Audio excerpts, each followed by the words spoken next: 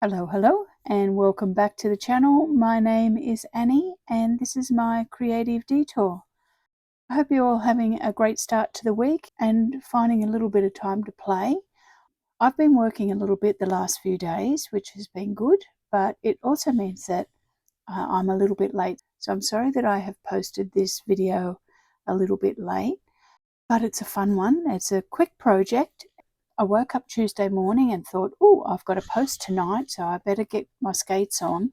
And I thought, what am I going to do? I did have a little bit of a think about it over the weekend and thought, I have all of these postage stamps that I got in a recent thrift haul.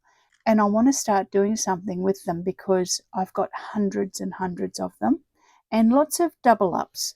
So I thought I want to do a quick collage project with just using 5 materials, and I might repeat those materials, but 5 materials on each little collage. So I'm going to be making collage cards or journaling cards to put in your journal, but I'm going to just use a few items. So let's have a little look at my list. I want to use 5 different items and use postage stamps as my focal point. So I'm going to group series of postage stamps together, and then I need to use either some pattern or an image, and I probably will use that in the background. I need to use either some book page or some newspaper. I need to put on some texture of some sort, and then I'll finish it off with some mark making. Now that can either be freehand mark making or some stamps or some splatters or something like that. So it's going to be 5 steps, really quick and super fun. Now I have made 4 examples to show you at the end, and we'll do one together. So let's get set up and we'll have a little bit of a play and we'll get out some postage stamps. Okay, I've pulled out 3 postage stamps that I want to play with, and they're all Australian stamps. Now, before I used some of these, I checked them. My husband and I got an app on our phone, or actually, I think he did it with some Google Images.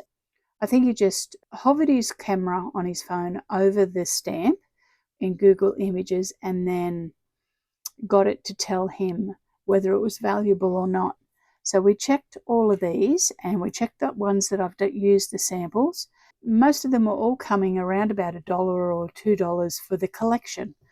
None of them were a collector's edition, unfortunately, because I could have sold it and got some money. So you can see that my stamps are all postage themed. Now, they're of National Stamp Week in 1988, and I've got a nice little collection of a postman, and here he is, he's delivering the post at the post office. Here he is with his truck, and there he is with his satchel of letters. So I'm going to put that on the page. Now, what I decided to do, I would cut up an A4 sheet of card into quarters. Now I'm just using some cardstock that I've got in my stash. It's actually a watercolor paper, I think, that I got when I was traveling overseas, and I picked up a cheap one. And I'll tell you the size that I cut it into, but for an A4 sheet, I cut it in quarters if you're using A4. If you're using letter size, you could probably cut your letter size cardstock into quarters as well. But for the sake of the video, I'll tell you what size it is. So in length, it is 14.9 centimeters, so just under 15 centimeters, and that is 5 7/8. And in width, it is 10.4 centimeters, which is 4 1/8 in inches. But like I said, I just cut my sheet into quarters. Now, the other thing that I've got here is I've got pattern paper out of envelopes. Now, because this is a postage theme, I wanted to use the inside of some envelopes. I'll get my knife and I'll show you what I did. So all I did was I just opened up my envelope on both sides. If I get to the mail first, I open the envelopes so that I can reuse them. because sometimes the insides of them are really interesting. So I opened it up and I just peeled off the little piece of clear film that is on the envelope, and I tried to do it fairly neatly. So I took that off. Some of them, you know, they stick and they tear the paper a little bit, but you can always cover it up. So I took that off, and then I cut down my envelope to use it as pattern paper. Now, on some of the other examples, I actually use scrapbook paper as my pattern. So you can see here, I'm either using a pattern or an image. So you can use whatever pattern paper you wanted, but because my finished product is going to have a postage theme to it, I wanted to use some envelopes. So then what I did, after I pulled it apart, I tore it. You can see it's a torn edge. I tore the inside of the envelope. Now this pattern was perfect because it had a little bit more interest than the ones that I've got there. But I only had one envelope like that. But I tore it so that it was around about 5 millimeters in each direction smaller. It's measuring just under 10 centimeters high, which is just under 4 inches. And it's measuring around about 14 and a half, a little bit less than 14 and a half centimeters long, which is just under 5 3/4. So you can see that I tore it with a ruler. I just tore the edge of my envelope so that I had the pattern on it. And then I've just stuck that to the cardstock as my background. So that was really quick and easy. So that was where I got that pattern paper from, just out of the inside of an envelope, just to carry that postage theme through. So we've got our focal point, we've got our pattern paper now, and as I said, you can use any pattern paper. Now the next thing is I wanted to use a little bit of either book page or newspaper. And so I decided to use some book page, and I tore out some pages out of the Practical Typewriting book and just found a page that had handwriting on it, like this one. And I've pulled out a piece that has something on it about history of service, which is kind of relevant for a postman. And I'm going to pop that on there. And then the next thing is I need some texture. And I thought I had some of this postage pack left over sitting on my desk from when I made my doily holder the other day. So when I put that doily holder together, I pulled out some of the inside packaging that was doubled up and just leveled it out. And I thought that's relevant because it's out of a postage pack. And I have just backed my stamps with some cardboard, and I'm going to glue them on. But before I do all of that, I need to work out that I want to put some marking on the background. So I thought that I would use some of this washi tape, and this is from Crafty by Toni. So I'll leave her information below. I got this from her Etsy store, and I'm also going to use some of her stamps, I think. So I think that I would like to put some of the washi on. So let's work out our background first, and before we stick our focal point on. But you can see that just sticking to the 5 things, it makes it nice and quick. So I've pulled out Toni's stamp called the Adventurer, and I'm going to use some of those stamps, but I'm also going to use one of Tim Holtz's postmarking stamps, and I think this is out of Titbits. It's like the franking stamp. I'm going to use that for some mark making as well. But the first thing I'm going to do is work out where my focal point's going to go and how low I want to put my piece of book page. And I think I want to stick it around about there. All right, so let's put some glue on that. Now I'm just going to use some glue stick to glue it because it is book page, so it's quite thin. Okay, so I just glue that on, and I didn't ink the edge of that because I'm kind of doing a bit of a clean and crisp make on this one, so I'm not inking the edges.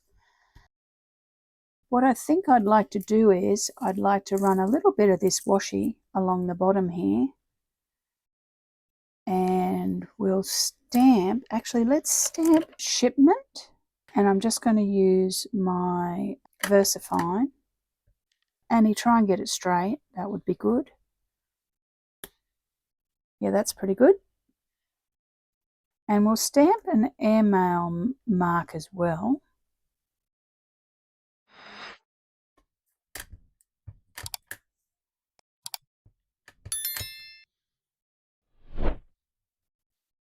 And I'll pop that at the top. So just putting a few postage marks on. We'll pop a number on up here with a C in front of it. Yeah, that's all right. And let's put some of the franking mark on as well. Now, I don't mind if this one runs off the edge. Oh yes, that looks good. I think that will do. Okay, so just a little bit of mark making on it, and I'm going to put some washi on to finish off that mark making. Okay, so I'm just going to just tear this so that it ends a bit like an arrow, and I'll put a little bit of glue on this because it might need some extra grip, and I'll run it into the shipment because it's the same height as that. Oh yeah, that looks good there. And I'll just stick that around the back.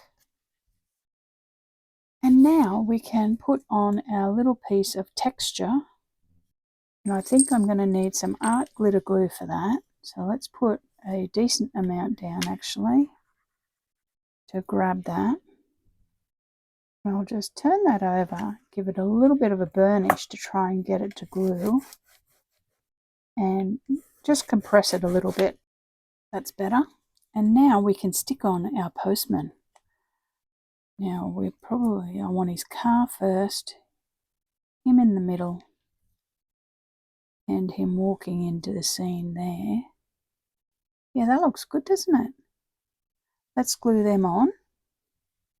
Do the end one so I get my spacing correct. I actually really like working with postage stamps because they're little stories and artworks all on their own, and especially if you group a few together, it creates a little bit of a story instantly. So there we go, that was pretty easy and quick to put together, and it's got some texture to it, and it's got a bit of a story, history of service from 1971 to 1982. Well, he didn't work for very long. He only worked with the Postal Service for 11 years, this postie. But the little illustrations of the stamp are really nice. All right, let me clear the decks and I'll show you the other ones that I made using the 5 items, but just different types. I'll be back in a moment. Okay, so there's the one we just made together, and you can see that I made one off camera that was pretty much the same. I figured it out on this one and worked out what my 5 items were and, planned it a bit, except that I used a different envelope. I actually used the inside of this envelope and piecemealed a few bits together. So there you go, there's our postman again. There's a close-up of him. But they look good and they've got lots of texture and dimension and a bit of a story. So the next one I made was this one. And once again, it has stamps as a focal point, and it has 3 vintage cars, and they're Australian stamps again, and they're all 45-cent stamps actually. I've got some pattern paper in the background, so number 2 pattern, and I also have some book page, and this one is actually a part of a electoral map, and it's of a suburb here in Brisbane called Oxley. It's probably about half an hour from me, and you can see that when I glued the map down, I didn't glue it flat.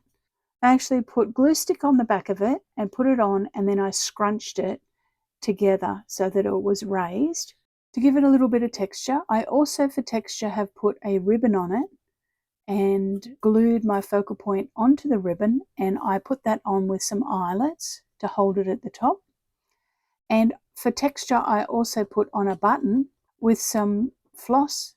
And then for mark making, I stamped on M1, as in motorway number 1, and I drew a few little sketchy lines on the map, and I did a few squiggly bits down here, and I actually tore the paper because the paper was too wet and it tore it. So then I had a hole in my pattern paper that I had to cover up. So to cover it up, I just stuck on this little image of a gauge, of a speedometer.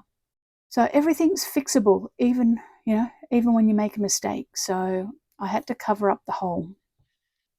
The next one, I have a focal point of 4 stamps, and they look like they are Chinese or Japanese houses.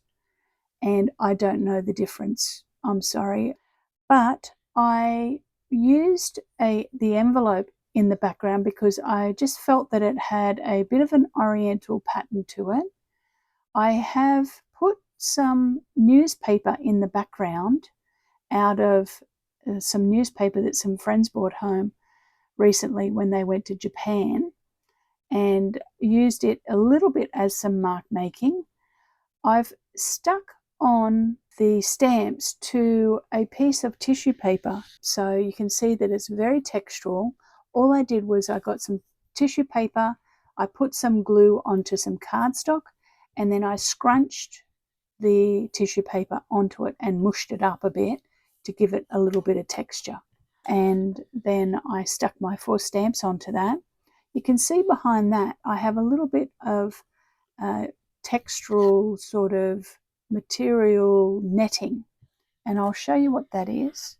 So this was a sample, and it's from a textile company, and I just cut off a piece of that sample to use the netting as the background. And then I did some mark making, so I stamped on some red stripes and some red crosses and some black dots here and there, and then around the edge I just drew a line with my art line pen with a few squiggles. So that was that one. So for the last one, you can see that I have got butterflies as my focal point stamps, and I have used graphic 45 paper. I think it comes from Life is Abundant, and it's got a little subtle pattern in the background. I then tore up some book page and put it just as some torn bits, and I pushed that into the background a little bit with some gesso. I then stamped it with some mark making to almost make it like it was a field notes card. So I've put field notes on it, and I've used some of Toni's stamps for that again. So as I mentioned, I will put her information in the description. Just stamped a few different stamps. Some of them, this one I put upside down, never mind.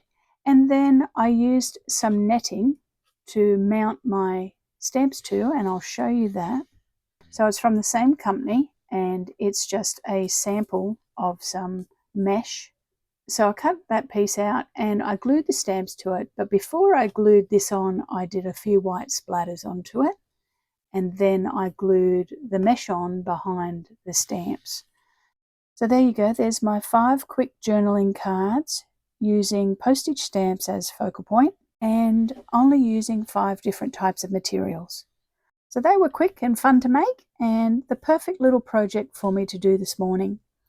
Alright, so thank you so much for watching today. I hope you really enjoyed that. Hopefully this has been helpful for you. If you liked the video, give it a thumbs up, that would be wonderful. And think about subscribing to the channel. And let me know in the comments if you give this a try. I know that some other artists put out prompt lists to help you get started, so I suppose this is a little bit like that.